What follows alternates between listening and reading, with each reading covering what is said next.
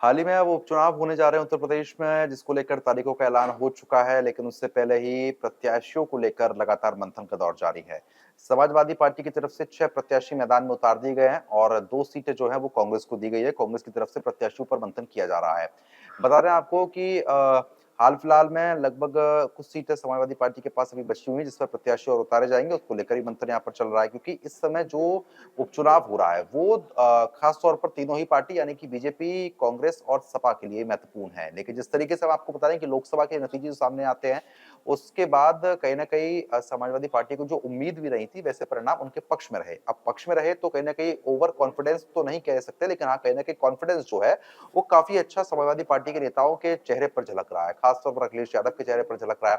अखिलेश यादव इस समय गदगद है क्योंकि पार्टी के कई प्रत्याशी लोकसभा चुनाव में जीत हासिल कर चुके हैं। उनको ये भी उम्मीद है कि जो परिणाम लोकसभा में रहे हैं, वो ही उपचुनाव में आ सकते हैं, जिसको लेकर पार्टी पूरी तैयारी कर रही है।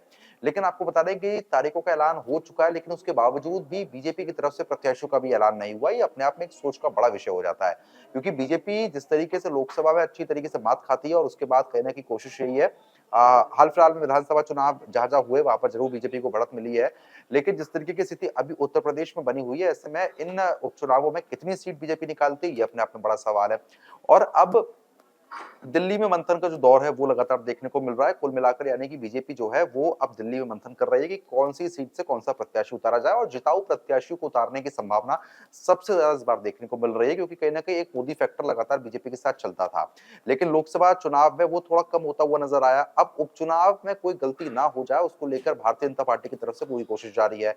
अब ऐसे में कोशिश यही है कि जिस तरीके की स्थिति बनी हुई है ऐसे में हम कहीं न कहीं जो इन उपचुनावों में जीत हासिल की जा सके यानी कि ज़्यादा से ज़्यादा सीटें जो है वो यहाँ पर निकाली जा सके, जिसको लेकर भारतीय जनता पार्टी की तरफ से लगातार मंथन का दौर जारी है। अब देखने वाली बात ये होगी कि बीजेपी किस प्रत्याशी को कौन-सी सीट से उतारती है, क्योंकि कहीं न कहीं बीजेपी के पास कई महत्वपूर्ण प्रत्याशी हैं जो कि जीत दिलवा सकते हैं, लेकिन कांग्रेस भी पीछे नहीं है और साथ ही साथ समाजवादी पार्टी जो काफ़ी गदगद है, वो भी इस समय अपने प्रत्याशी जो उतार चुकी है मैदान में, वो उसको पूरी उम्मीद है कि कहीं न कहीं उनके पक्ष में माहौल बनता हुआ नज़र आ सकता है। लेकिन जिस तरीके से हाल-फिलहाल में बीजेपी का हम देख रहे हैं कि अभी मंथन हो रहा है, दिल्ली में मीटिंग भी होने जा रही है जिसमें प्रत्याशियों के नामों पर जो चर्चा है वो यहाँ पर होगी और जल्दी इसका ऐलान भी कर दिया जाएगा क्योंकि अब उपचुनावों में जो समय है वो ज़रा दिन का नहीं बचा है यानी कि समय थोड़ा कम बचा हुआ है। अब उसके मद्देनज़र किस तरीके से प्रत्याशी जो है बीजेपी यहाँ पर ऐलान करती है वो अपने आप में एक दिलचस्प मोड़ देखने को मिलेगा।